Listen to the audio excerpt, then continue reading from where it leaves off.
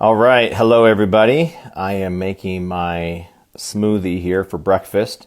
This is a very common go-to for me. I got all my stuff out. First, we're going to start with a banana. This is kind of a small to medium-sized banana. I think bananas are great, so put a banana in there. Had a little bit before I dropped it in there. Then we're going to do a cup of frozen strawberries. So I like to buy organic strawberries if possible.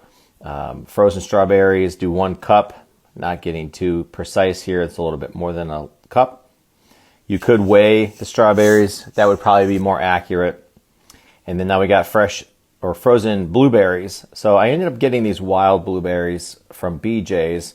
The wild blueberries, I guess it shows to have more nutrient content.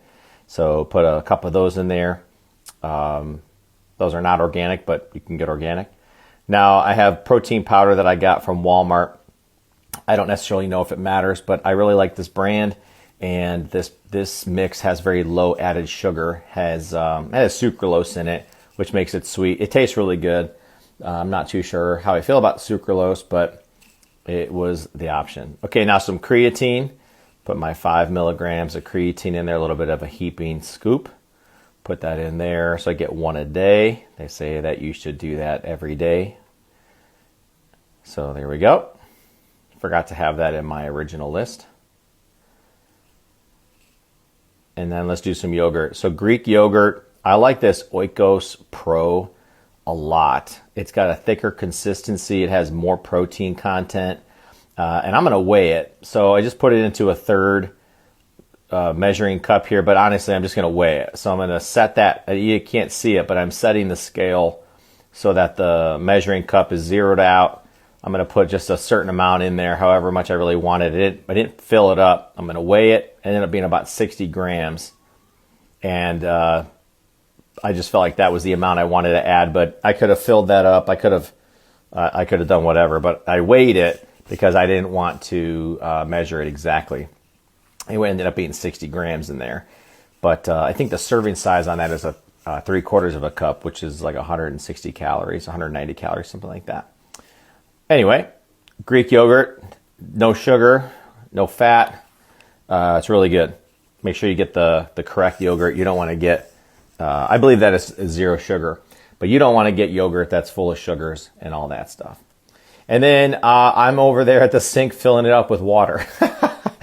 So you could use milk. I have used whole milk before, but to lower your calorie content, I just filled it with water. And now I'm going to pop it on my Ninja blender here. I usually just do the pulse button.